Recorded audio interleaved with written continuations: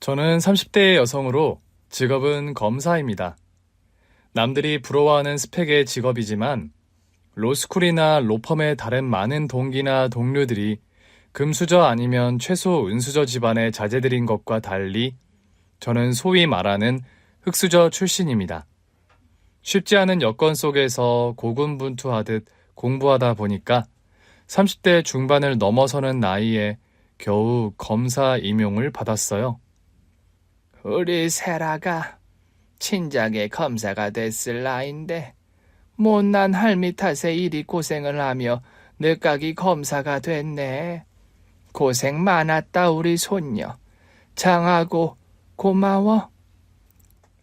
못난 할미라뇨. 그런 말씀 마세요, 할머니. 할머니 안 계셨으면 저 지금까지 절대로 버티지 못했어요.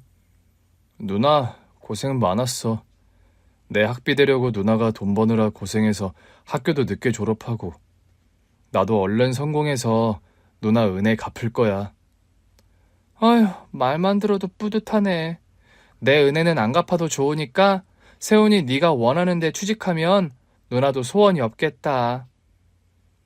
남동생이 엄마 뱃속에 있을 때 아빠는 돌아가셨고 홀몸으로 힘들게 국수집을 하며 저희를 키우셨던 엄마마저 20년 전에 하늘나라로 떠나셨어요.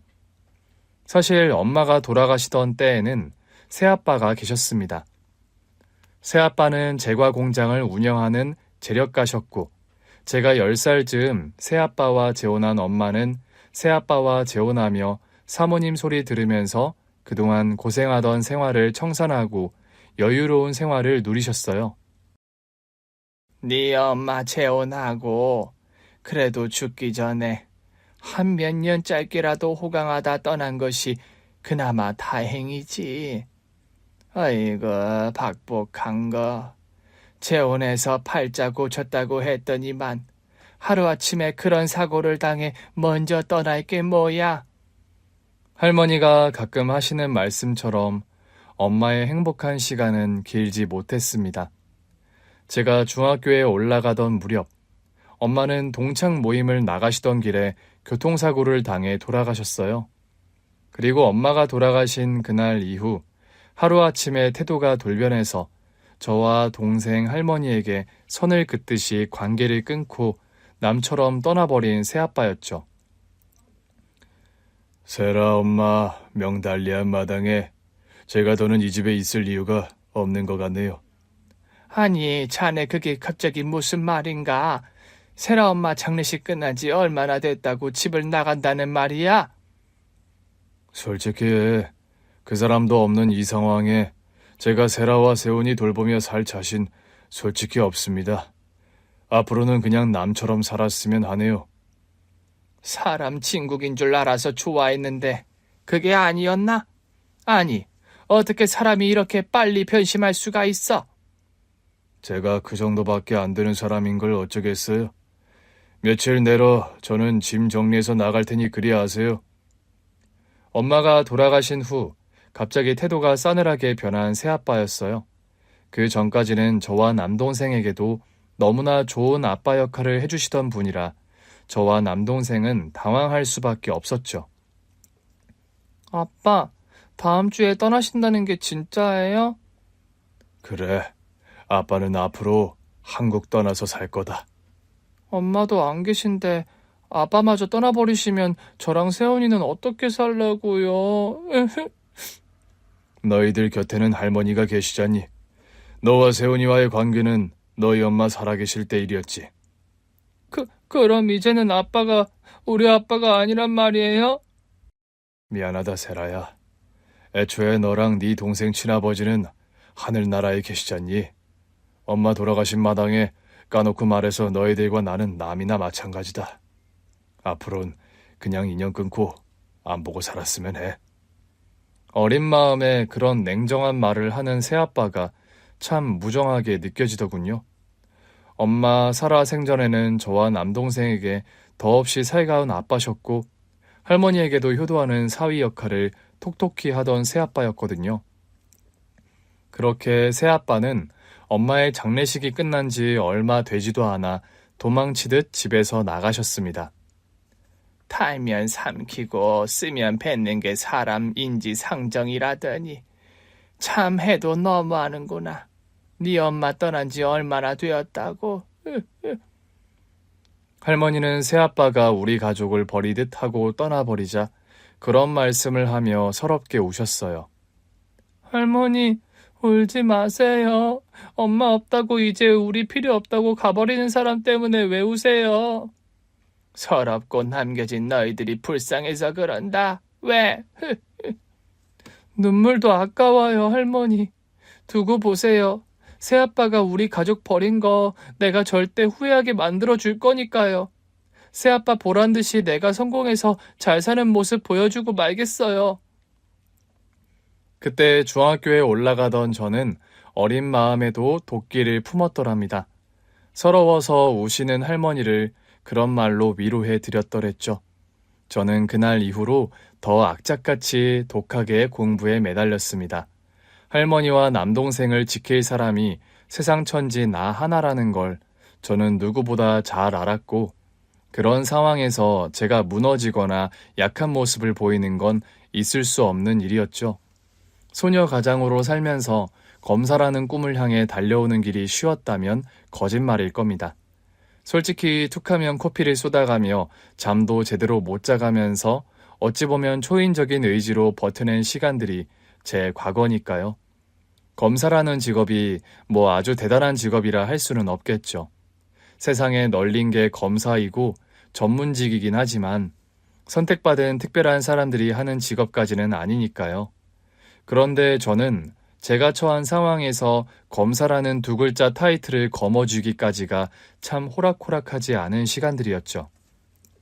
그래도 고학하며 틈날 때마다 아르바이트하며 할머니와 남동생을 건사하며 늦은 나이지만 검사에 임용된 게 참 다행스럽고 감사한 일이었습니다.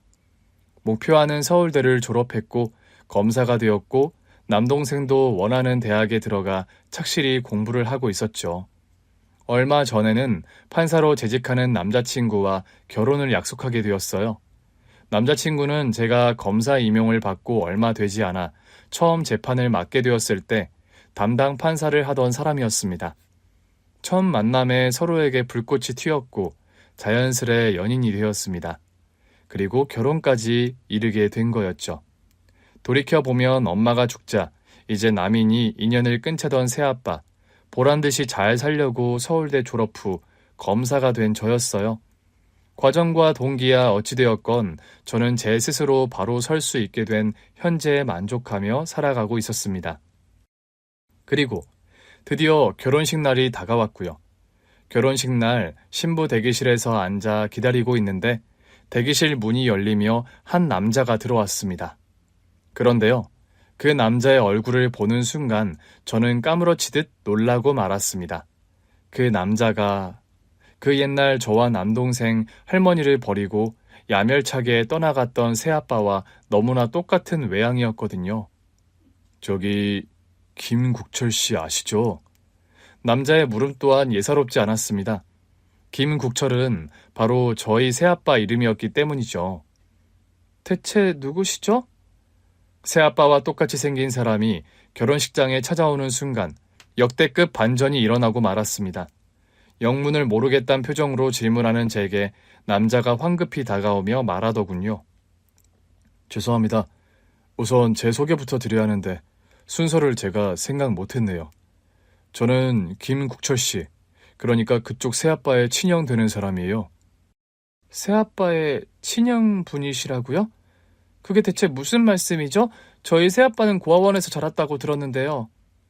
들을수록 이해가 가지 않는 말만 늘어놓는 남자였어요. 어린 기억에도 분명 새아빠는 고아원에서 나고 자라서 형제도 부모님도 없다는 이야기를 저는 여러 번 듣고 자랐거든요. 그게 저희 사연이 좀 복잡합니다. 어려서 저와 국철이가 함께 맡겨졌는데 어린 국철이는 고아원에 남았고 저만 입양이 되어 나가는 바람에 평생 국철이 얼굴을 못 보고 지냈거든요. 네. 그런데 왜 저희 새아빠를 저에게 와서 물으시죠? 새아빠는 저희 집안과는 절연해서 떠나신 지 오래인데요.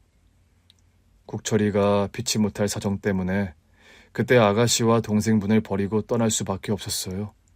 피치 못할 사정이라뇨? 자세한 얘기는 국철이한테 듣겠지만 그때 국철이가 사업이 아주 쫄딱 망해서 사채업자들에게 쫓기던 상황이었어요. 슬아의 자식들이 있는 걸 알면 막대한 빚까지 아가씨와 남동생에게 물리게 될까봐 어쩔 수 없이 절연하고 떠났던 겁니다. 뭐라고요? 새아빠가 그때 사업이 망했다고요? 그래요. 그쪽 엄마 돌아가실 즈음에 이미 사업 상황이 안 좋았는데 아마 아가씨는 어려서 상황을 몰랐겠죠. 국철이가 자기 와이프에게도 그런 말 시시콜콜 늘어놓는 성미도 아니었고요. 그런데 지금 그런 얘기를 왜 아저씨가 와서 하시는 거죠? 제가 드리고 싶은 말씀은 두 가지예요. 우리 국철이가 과거에 아가씨를 버린 건 본심이 아니라 어쩔 수 없는 상황 때문이었다는 거요. 그리고 다른 한 가지는 국철이 살 날이 얼마 안 남았다는 겁니다. 새아빠가 어디 많이 아프세요? 네. 저도 얼마 전에야 국철이와 연락이 닿았어요. 제 양부모님이 살아생전 국철이와 연락하는 걸 하도 못하게 하셔서 그만. 형이 돼서 못나게도 얼마 전에야 국철이를 봤어요. 그런데 몇 년 전부터 암투병을 해왔고 지금 상태가 아주 위독해요. 뭐라고요? 새아빠가요? 그럼 대체 지금 어디 계신데요? 저기 놀라지 말고 들으세요. 국철이 지금 여기 결혼식장 지하 주차장에 있어요. 대충 상황 전달하고 아가씨가 오케이 하면 아가씨 결혼식에 참석하고 싶다는군요. 저는 당장 그 남자의 안내를 받고 지하 주차장으로 달려갔더랍니다. 웨딩드레스 차림으로 헐레벌떡 뛰쳐나가는 저를 보고 친구들이 놀라더군요. 어머, 세라야, 너 예식 몇 분 안 남았는데 신부가 어딜 뛰어가니? 좀 급한 일이 생겨서 멀리 가는 거 아니니까 걱정 마. 저는 한달음에 지하 주차장으로 달려갔습니다. 그리고 지하 주차장에 발을 내딛는 순간 저는 무너지듯 오열하고 말았습니다. 저희 새아빠가요, 피골이 상접한 모습으로 머리에 모자를 쓰신 채 휠체어에 앉아 계신 겁니다. 한눈에 봐도 병색이 완연한 모습이셨는데 그런 상태임에도 말끔한 정장을 갖춰 입고 계셨어요. 아빠? 세라야, 오랜만이다. 좀 더 일찍 너를 찾아오고 싶었는데 그러지 못해 미안해. 아빠, 이게 대체 다 어떻게 된 일이에요? 아마 우리 형이 대충 얘기는 전달한 걸로 안다. 내가 옛날에 너와 세훈이를 떠날 수밖에 없었어. 그때 아빠 제과 공장이 문을 닫게 됐는데 사채업자들이 목을 조르던 상황이라 너와 세훈이에게까지 막대한 빚이 상속되게 할 수는 없었다. 미안하다, 세라야. 그래서 저희 가족들과 불어 관계를 정리하신 거란 말씀이세요? 그렇게 됐어. 다 같이 죽는 것보다는 나 혼자 되든 안 되든 일을 수습하는 게 현명한 처사라고 생각했다. 그럼 그런 상황이라고 말씀이라도 해주시죠.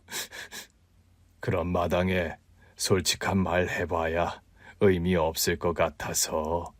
그리고 애매하게 관계를 정리했다가는 빚쟁이들이 벌떼같이 어디로 달려들지 모르는 상황이라 그 방법밖에는 없었구나. 아빠, 저는 그런 줄도 모르고 평생 아빠를 얼마나 원망하며 살아왔나 몰라요. 미안하다, 세라야. 못난 아빠를 용서해다오. 네가 허락해 준다면 오늘 네 결혼식에 혼주 자격으로 참석을 하고 싶은데 허락해 주겠니? 당연하죠, 아빠. 안 그래도 혼주석이 텅텅 비어 있어서 얼마나 마음이 허했는데요. 아빠가 이렇게라도 와주셔서 저 정말 너무 감사해요. 신부를 이렇게 울려서 어쩌려나 모르겠구나. 예식 시간 얼마 안 남은 것 같던데 어서 올라가자. 저는 서둘러 아빠 휠체어를 끌고 예식장으로 올라갔습니다. 저기요, 어디 갔다 오는 거야? 아니 대체 이분은 누구시고? 제가 눈물 범벅이 되어서 새아빠의 휠체어를 끌고 오자 그런 소리를 하며 영문을 몰라 하는 남편이었어요. 저는 간단하게 사정을 말했습니다. 저 못지않게 깜짝 놀라는 남편이었죠. 그래도 예를 갖춰서 급하게 새아빠에게 인사를 드리더라고요. 저희들은 몰라 뵈서 죄송합니다. 이렇게 어려운 걸음 해주셔서 너무 감사드려요. 저는 서둘러 신부 대기실로 들어가서 화장을 수정하고 머리를 다시 매만지고 신부 입장을 하게 되었어요. 양친 부모님이 안 계신 걸로 다들 하객들이 알고 있었는데 갑자기 신부의 아버지가 나타났다고 술렁거리는 분위기가 느껴지더군요. 그래도 새아빠의 손을 잡고 버진로드를 걷는 제 심정은 혼자 입장하는 것보다 훨씬 든든하고 마음이 좋더라고요. 비록 병세가 완연해서 휠체어에 앉은 채로 저와 함께 신부 입장을 하신 새아빠지만 그렇게 병마와 사투를 벌이면서도 제 결혼식에 참석해준 새아빠 마음을 생각하니 먹먹한 감동이 몰려오는 게 사실이었죠. 새아빠가 와주신 덕분에 그래도 저는 양쪽 혼주석이 텅 빈 상태로 결혼식을 치르는 일을 피하게 됐던 거죠. 아빠, 정말 감사해요. 이렇게 제 결혼식에 와주셔서요. 어떻게든 세라, 네 결혼식에는 참석하고 싶었단다. 그동안 아빠 역할도 못하고 산 나를 결혼식에 오게 허락해줘서 내가 고맙구나. 결혼식이 끝나고 새아빠는 친형의 부축을 받고 요양원으로 돌아갔습니다. 신혼여행을 떠나려고 짐을 싸는데 영 마음이 불편하고 내가 지금 여행을 가도 되나 그런 생각이 들더군요. 자기야, 표정이 왜 그렇게 어두워? 장인어른 신경 쓰여서 그래? 아무래도 새아빠가 마음에 걸리네. 그 친형이라는 분께 듣기로는 새아빠 사실 날이 얼마 안 남았다고 들었거든. 그런 상황이면 자기가 신혼여행 가는 거 안 내키겠다. 우리 신혼여행 미룰까? 정말 그래도 되겠어? 취소하려면 이것저것 번거롭고 또 손해봐야 할 텐데. 아무리 새아빠가 위독하다지만 남편 입장도 있었기에 저는 신경이 쓰이더라고요. 지금 그런 손에 따질 때가 아니잖아. 당신이랑 장인어른 사연 내가 모르는 것도 아니고 말이야. 신혼여행은 다른 일들이 마무리되어서 떠나도 되니까 일단 당신 장인어른께 가보는 게 좋겠다. 여보, 이해해줘서 정말 고마워. 고맙긴. 이런 상황에 당연한 거지. 남편이 이해와 배려를 해주는 바람에 저는 신혼여행을 미루고 당장 새아빠를 뵈러 그날 저녁 요양원으로 달려갔습니다. 저를 보고 깜짝 놀라시는 새아빠였죠. 아니 세라야, 너 신혼여행 떠나 있을 시간 아니야. 새 신부가 공항을 안 가고 왜 여기를 왔어? 아빠 건강도 안 좋으시고 혼자 계신 거 아는데 제가 어떻게 신혼여행을 가요? 나야 투병 중이니 어쩔 수 없는 거고. 너 일생에 한 번뿐인 신혼여행을 안 가고 여기로 오면 어쩌자는 거니? 신혼여행 천천히 가기로 했어요, 아빠. 아빠 돌봐드리는 것도 2번 돌아오는 일 아니잖아요. 저는 남편과 상의 끝에 새아빠를 저희 신혼집으로 모셔와서 돌봐드리기로 했습니다. 처음에 한사코 마다하시던 새아빠였는데 저와 남편의 진심 어린 설득에 결국 마음을 돌리셨죠. 아빠 역할도 평생 제대로 못했는데 내가 마지막에 네 돌봄을 받는 게 맞는 일인지 모르겠구나, 세라야. 그게 무슨 말씀이세요, 아빠? 아빠가 우리 지켜주시느라 불어 인연 끊고 사신 거 다 아는데요. 그리고 엄마 살아생전 저와 세훈이에게 얼마나 잘해주셨는데요. 옛날 일이 다 기억이 나니? 그럼요, 다 기억나죠. 엄마가 아빠랑 재혼하시고 사신 그 몇 년 동안이 엄마에게도 저와 동생에게도 제일 행복한 시간들이었어요. 그냥 하는 말이 아니라요. 엄마는 새아빠와 재혼하시고 표정이 많이 밝아지고 눈에 띄게 웃음이 늘었던 기억이 생생합니다. 저희 엄마가요, 유복자로 남동생을 낳았고 저와 남동생 세훈이를 키운다고 고생을 무척 많이 하셨어요. 외할아버지도 일찍 돌아가시는 바람에 유년기와 사춘기 시절에도 고생을 많이 하신 엄마셨죠. 부모 복 없으면 남편 복도 없다더니 청상에 과부돼서 어쩐다니. 엄마도 참, 제가 왜 부모 복이 없고 남편 복이 없어요? 네 아버지 그리 일찍 돌아가시고 네 남편까지 세훈이 뱃속에 있을 때 이뤄놓고 그런 말이 나오니? 아빠가 돌아가시고 싶어 그리 드신 거 아니잖아요. 애들 아빠도 마찬가지고요. 그 사람도 명이 짧아 먼저 저 세상 가서 그렇지 살아생전 저한테도 애들한테도 얼마나 잘하는 사람들이었는데요. 너 나이도 젊은데 평생 혼자 살 생각은 아니지? 그런 게 어디 제 인력으로 되나요, 엄마? 그리고 아직은 세훈이 세라 너무 어려서 재혼 생각 딱히 없어요. 애들이나 좀 키워놓고 할 생각이죠. 그때 가서 생각 있으면. 애들 다 키워놓고 나이 들어 재혼한다고? 나이 든 여자를 어느 남자가 거들떠본다고 그런 순진한 소리를 해? 아유, 엄마도 참. 거들떠 안 보면 내비 두라죠 뭐. 세훈이 세라 건강하게 잘 크고 우리 식구 밥 안 굶기는 게 제 목표고 바라는 전부예요. 더 큰 욕심 안 부려요 저. 그리 욕심이 없고 착해 빠져서 험한 세상 어찌 살려고. 여자가 좀 여우 같고 계산 속이 있어야 잘들 살던데. 계산 속대로 되는 게 인생도 아니에요 엄마. 혼자 애들 키우는 게 쉽지도 않고 저도 외로울 때가 있는 거 사실이지만 인연이라는 게 억지로 되는 건 아니잖아요. 저번에 말했듯 부동산 박 사장은 왜 안 만나보는 거야? 엄마, 말씀드렸잖아요. 세라랑 세훈이 아직 어려서 재혼 생각 저 없다고요. 저와 남동생 걱정에 괜찮은 재혼 자리도 죄다 마다하는 엄마셨어요. 남동생은 그때 많이 어려서 이런 기억들은 없지만 저는 그런 말들을 주고받았던 할머니와 엄마의 대화를 아직 생생히 기억하거든요. 저희 엄마가요, 할머니와 저 남동생을 먹여 살린다고 국수집을 운영하셨어요. 시장통 골목의 허름한 가게였는데 그래도 엄마 솜씨가 좋으셔서 장사가 제법 잘 되었답니다. 새아빠를 처음 엄마가 알게 된 건 국수집 손님으로였죠. 여기 멸치국수 한 그릇 부탁드려요. 국수 나왔습니다. 아무리 여러 집을 다녀봐도 이 집만큼 맛이 깔끔한 데가 없어요. 비법이 뭔지 여쭤봐도 되나요, 사장님? 비법이랄 게 뭐 있나요? 그냥 손맛이에요. 얼굴만 고우신 게 아니라 솜씨도 일품이시네요. 여기 국수 맛에 중독돼서 제가 이 근처로 이사까지 고려하는 중이네요. 사장님도 참 칭찬도 과하시네요. 뭐 주먹밥 서비스라도 좀 드려야겠네요. 서비스 받으려고 드린 말씀은 아니고요. 사장님, 저 진짜 다음 달에 이 동네로 이사해요. 농담하시는 거죠? 아니요, 농담 아닙니다. 설마 진짜 저희 집 국수 매일 드시려고 이사하시는 거는 아니죠? 국수도 매일 먹고 싶고 사장님도 매일 뵙고 싶어서요. 네? 이런 말씀 부담스러우실까봐 천천히 드리려고 했는데 내친 김에 그냥 말씀드릴게요. 저 사장님 오래전부터 좋아했어요. 국수도 맛있어서지만 사장님 매일 뵙고 싶어서 단골됐고요. 새아빠의 직진 고백으로 엄마와 새아빠의 관계는 급속도로 가까워지셨다고 합니다. 당시만 해도 새아빠는 한 번도 결혼 경험이 없는 노총각이셨고 엄마는 애 둘 딸린 싱글맘. 새아빠와 엄마의 관계를 곱지 않은 시선으로 보는 사람들도 많았다죠. 국수집 새이 엄마가 재혼한다며?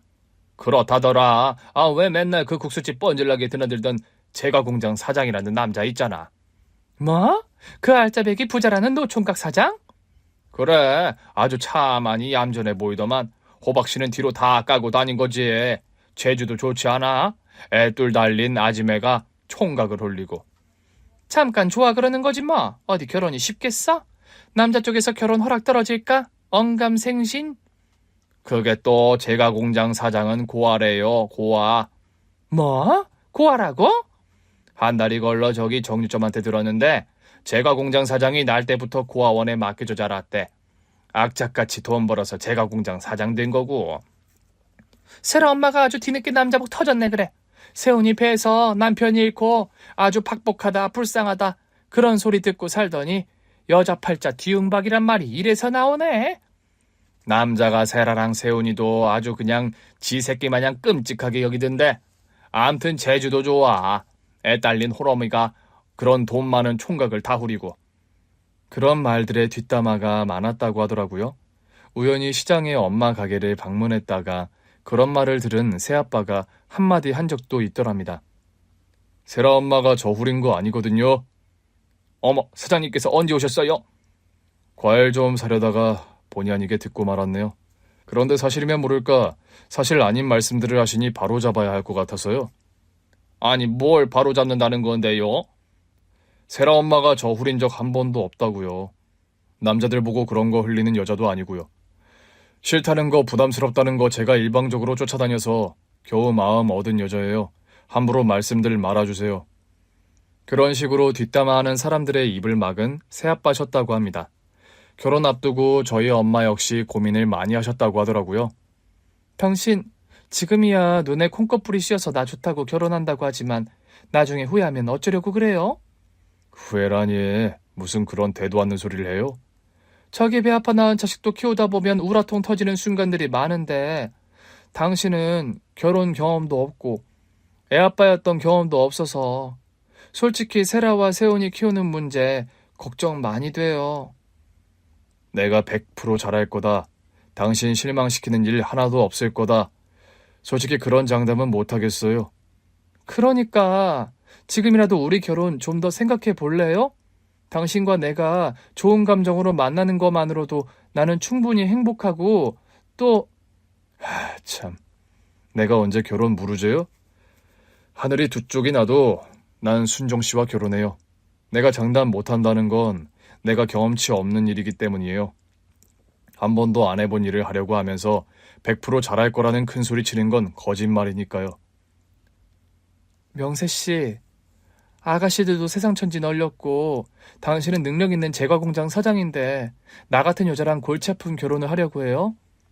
순정 씨가 골치 아프다니요. 누가 그런 이상한 소리를 해요?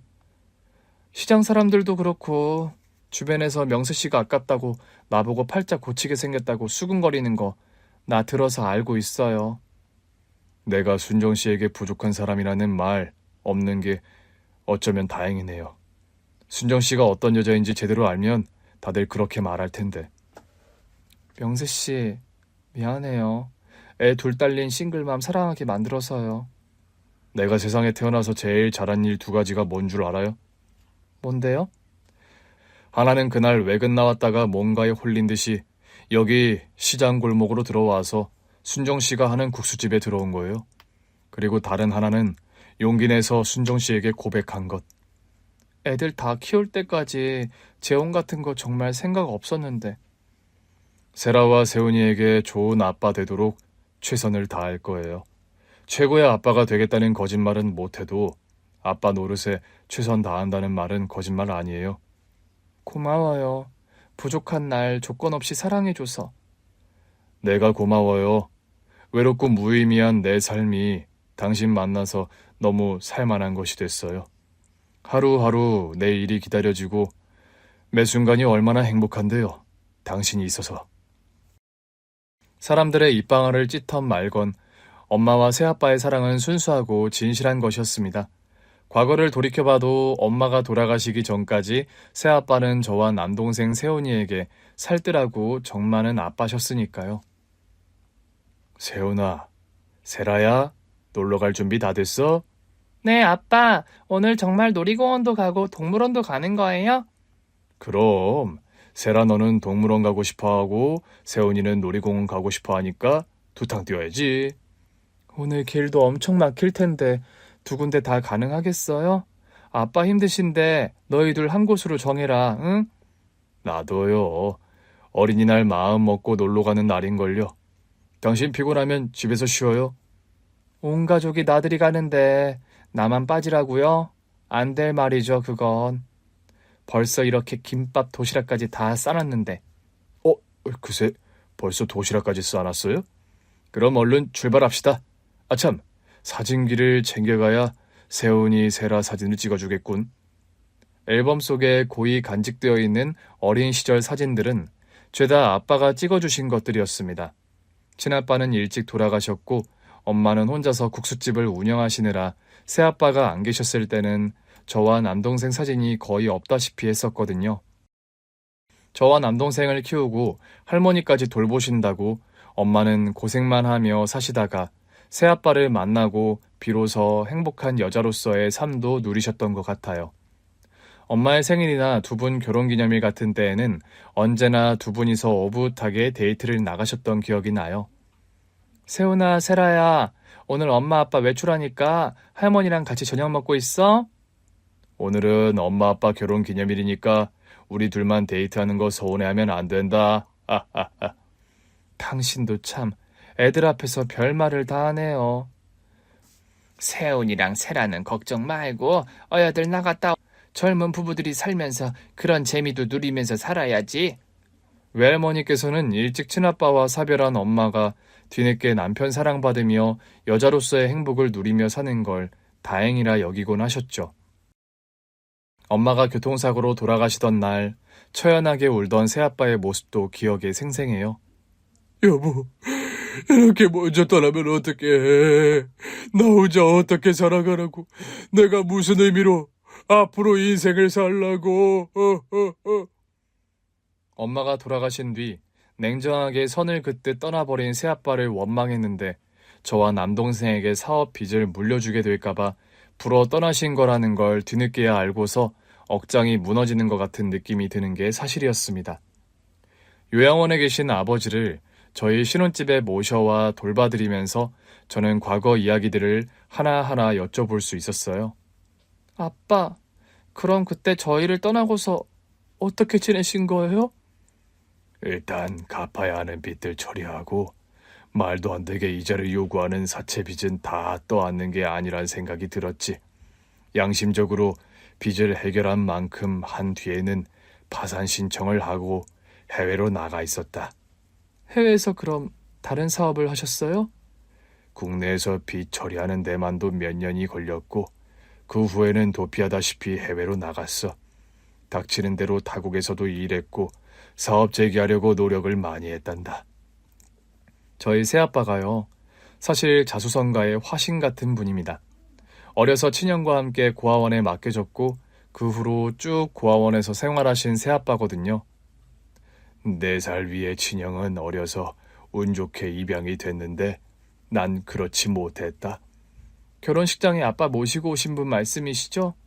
그래, 친형 양부모님이 나와 만나는 걸 반대하셔서 평생 친형 얼굴도 못 보고 지냈지. 아빠는 그럼 고아원 나와서 바로 사업 시작하셨던 거예요? 고아원 나와 홀로서기 하면서 바로 사업 시작하는 건 무리였지. 내 20대는 사업을 위한 종잣돈을 악착같이 모으는 과정이었어. 그러다 20대 중반부터 일을 시작한 제과 공장에서 내 사업을 시작하는 계기가 됐고, 새아빠는 그야말로 먹을 거 안 먹고 입을 거 안 입으면서 독하게 사업에 매달려 본인만의 제과공장 사업을 시작하게 되셨다고 합니다. 20대, 30대를 그렇게 공장 일에 매달리다 보니 40 가까이 되어서 사장님 소리 들으며 살게 되었단다. 그래도 그 즈음에 나는 돈은 벌었어도 세상 사는 일이 참 재미없고 무의미했다. 사랑하는 가족도 소중한 사람도 하나 없는데 돈은 벌어 뭐하나, 그런 자괴감이 들었으니까. 그러던 즈음에 운명처럼 만난 사람이 저희 엄마였다고 합니다. 너희 엄마를 처음 본 순간 이 여자다 싶었지. 이 여자와 함께라면 평생 행복할 수 있겠다. 내가 변하지 않고 죽는 순간까지 아낌없이 잘해줄 자신이 있다. 그런 생각이 들어서 결혼을 했던 거고. 새아빠는 엄마가 돌아가시고 사업까지 파산하게 되면서 아주 힘든 시간을 보내셨더라고요. 국내에서 빚을 갚던 시절엔 노숙 생활까지 해야 했을 정도로 어려운 시기를 보내셨다고 합니다. 그러다 외국으로 나가 또 10년 가까이 닥치는 대로 일을 하며 사업 재기를 위해 고군분투하셨다고요. 강산이 한번 변할 시간만큼 바동거리니까 겨우 사업을 다시 일구게 됐는데 먹고 살만해져서 너와 세훈이를 다시 찾아야지 하던 무렵 암 선고를 받게 됐다. 처음엔 대장암 2기로 시작된 암투병이었는데 항암과 수술을 반복했지만 자꾸만 다른 장기로 암이 전이가 되었다고 합니다. 아빠, 건강도 안 좋으신데 왜 연락을 안 하셨어요? 사업 풀려가며 너희를 찾아오려고 했는데 암 환자가 되어서 투병하는 몸으로 너희 앞에 나타날 염치가 도무지 없더구나. 저는 아빠가 그런 사정으로 저희들과 인연을 끊으신 건 모르고 얼마나 원망했는데요. 미안하다. 그때 아빠 사업이 그렇게 망하고 빚쟁이들에게 쫓기는 신세만 아니었더라도 내가 너와 세훈이에게 아빠 노릇을 했을 텐데 너희가 한참 부모 손길이 필요하던 시기에 내가 아빠 노릇을 못해서 나 역시 너희에게 너무 미안하고 하늘에 있는 네 엄마에게도 여전히 면목이 없구나. 그런 말씀 마세요, 아빠. 다시 절 찾아와 주셨고 제 결혼식 날 버진로드도 같이 걸어주셨잖아요. 아빠의 지난 이야기들을 듣고 있으면 참 마음이 쓰라린 게 사실이었어요. 그래도 뒤늦게라도 제 결혼식에 와주신 아빠가 너무 감사할 따름이었죠. 남동생과 할머니도 거의 매일이다시피 저희 집에 와서 새아빠를 보고 갔습니다. 아빠, 이렇게 다시 뵙게 되어서 너무 다행이에요. 아무리 사정이 그러셨어도 좀 일찍 오시지 그랬어요. 아빠 노릇도 못했는데 병자가 되어서 나타날 면목이 없더구나. 자네는 예나 지금이나 너무 사람을 배려해서 문제네. 하늘이 있는 순정이가 자네 혼자 투병하는 거 보면 얼마나 마음이 아팠겠나. 할머니의 그 말씀에는 아무 말 못하게 쓸쓸하게 미소만 지어 보이는 새아빠였습니다. 우리 순정이가 그래도 자네 만나 행복한 시절을 보내다 가서 다행이다 했는데 그 긴 세월 자네 혼자 고생하고 버둥거리는 시간을 보냈다고 하니 되려 우리가 미안하네 그려. 아닙니다, 장모님. 여러모로 제가 부족한 탓이었죠. 순정 씨와 결혼하며 제가 남편 노릇뿐만 아니라 아빠 노릇도 잘하겠다고 그렇게 약속을 했는데 저는 그 약속을 제대로 못 지켰어요. 자네가 그 약속 제대로 지키려고 하다 보니 일이 된 거 아닌가. 자네 진심 다 아니까 이제 그런 소리는 그만하게. 아빠 노릇 한 것도 없는 제게 세라가 이렇게 효도를 해주니 제가 면목이 없습니다, 장모님. 다른 이유도 아니고 그런 이유로 영 끄는 자네를 누가 원망하겠나. 세라 어미 살아생전에 자네와 얼마나 각별한 부부였는지 내가 누구보다 잘 아는 걸. 자네가 불어 선 긋고 떠나기 전까지 애비 노릇 살뜰하게 누구보다 잘했고 그걸 아니 세라도 저러는 거지. 할머니는 암투병으로 기력이 쇠하신 데다 식사도 제대로 잘 못하시는 새아빠를 위해 매일 죽을 쑤어서 가져다 주셨어요. 할머니가 만들어 온 죽을 그나마 환자식으로 잘 드시는 새아빠였죠. 새아빠는 저희 신혼집에 오신 지 정확히 보름 만에 하늘나라로 떠나셨습니다. 엄마의 기일을 불과 일주일 앞둔 어느 추운 겨울날이었죠. 슬픔과 황망함 속에 새아빠의 장례식을 치르는데 새아빠의 친형과 담당 변호사라는 사람이 장례식장을 찾아왔더라고요. 상주 노릇 기꺼이 해줘서 고맙습니다. 별 말씀을요. 저와 남동생이 장례 치러드리는 게 당연하죠. 이분은 김일중 변호사라고 우리 동생 담당 변호사예요. 변호사님이요? 변호사님께서 어쩐 일로 오셨어요? 우리 동생이 명달리하며 상속 관련한 절차를 이 변호사분과 처리를 했더라고요. 저는 이분을 동생 부탁으로 모시고 온 거고요. 안녕하십니까. 김국철씨 상속 절차에 관해 법률적인 진행을 맡은 김일중 변호사입니다. 김국철씨께서 남은 유산과 보험금을 모두 전세라 씨와 전세훈 씨 두 남매분께 남기셨어요. 네? 저희 남동생과 저에게요?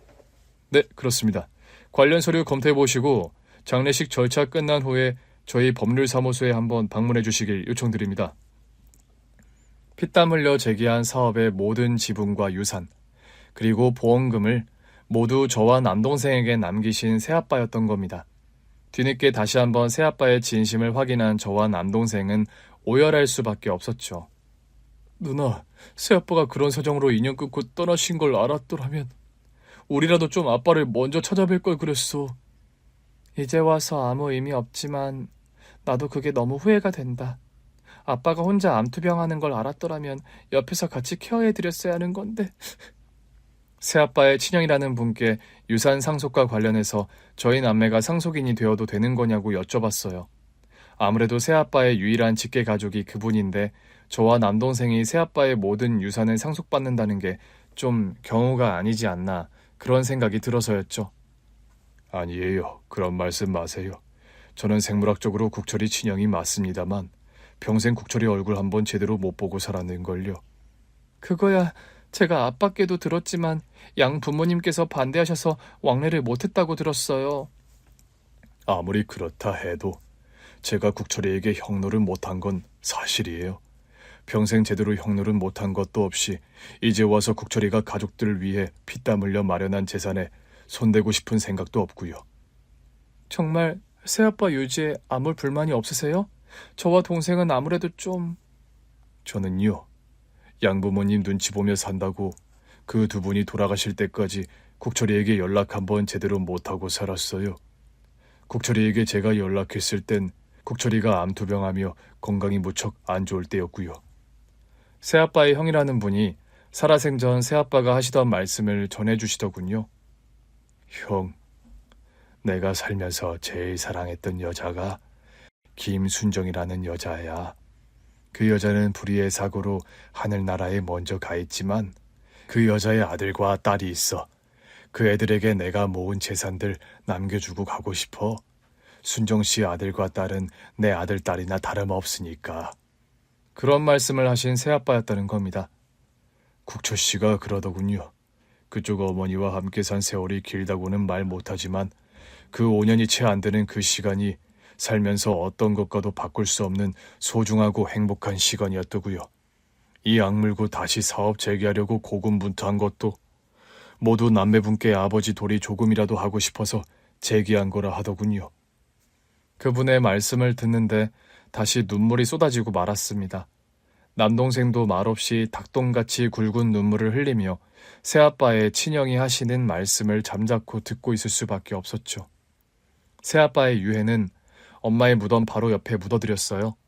엄마는 무덤은 엄마가 어려서 나고 자란 고향 바닷가가 내려다 보이는 양지 바른 언덕에 자리하고 있습니다. 바로 그 옆자리에 새아빠의 무덤을 마련해드렸죠. 돌고 돌아 결국 둘이 이렇게 나란히 묻히게 됐구나. 먼저 가야 할 노인네는 이리 징글징글 살아있고 살아있어야 할 사람들은 이리 무덤 속에 있으니 그런 말씀을 하시며 우는 할머니셨어요. 할머니, 새아빠마저 돌아가신 건 저희도 속상하지만 그런 말씀은 마세요. 그래요, 할머니.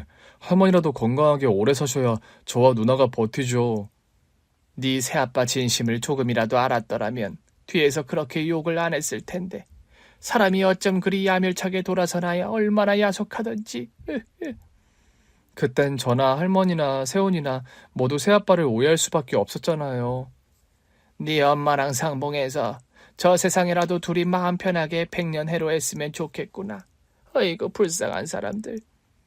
새아빠의 장례 절차를 모두 마치고 시간이 흘러 저와 남편은 뒤늦은 신혼여행을 떠나게 되었습니다. 여보, 기다려줘서 고마워. 집안일로 한 번뿐인 신혼여행 딜레이 시켜서 미안해요. 그런 말이 어딨어. 그런 상황에 어떻게 마음 편하게 신혼여행을 떠나? 우리 엄마랑 새아빠 하늘나라에서 만나셨을까? 나이 먹을수록 두 분의 사랑이 정말 찐사랑이었다는 생각이 들어요. 그러게 말이야. 당신 새아빠라는 분, 장인어른, 그분 긴 세월을 다른 분 만나지도 않고 사업 재개하려고 혼자 고군분투하시다 병까지 얻으시고 또 위독하신 몸으로 우리 결혼식장까지 오셨던 거 생각하면 보통 분 아니라는 생각이 들어.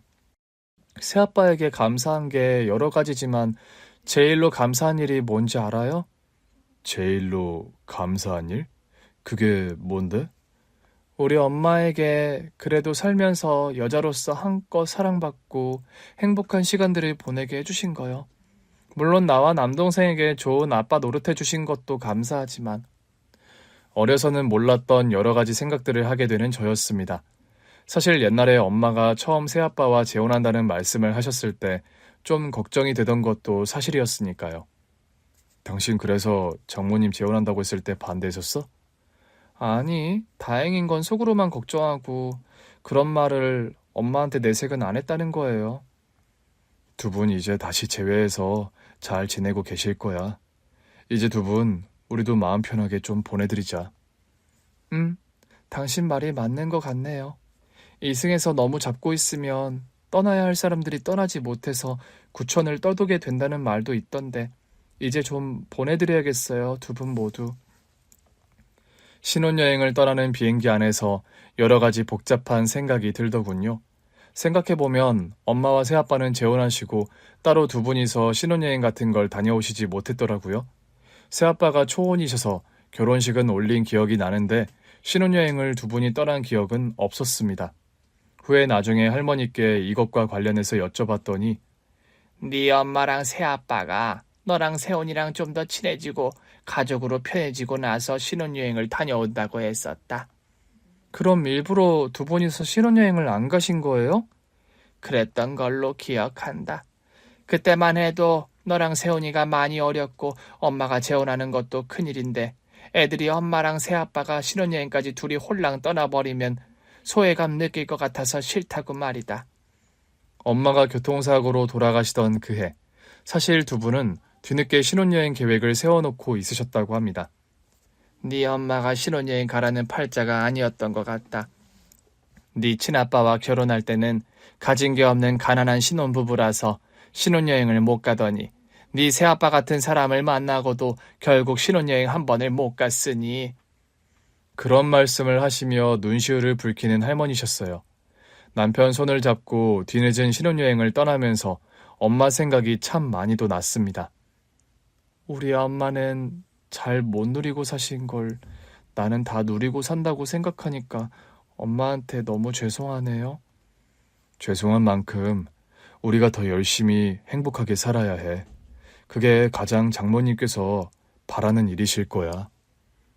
우리도 엄마랑 새아빠 같은 사랑을 할 수 있을까요?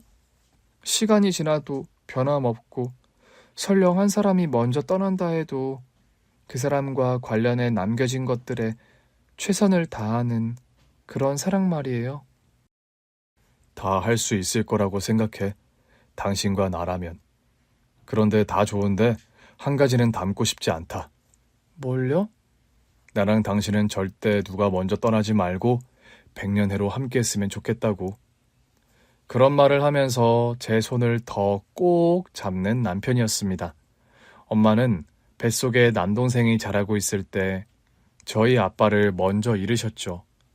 제가 10살이 될 때까지 홀몸으로 저와 남동생을 돌보셨으니 그 10년이라는 시간이 엄마에게는 정말 녹록지 않은 시간이었을 겁니다.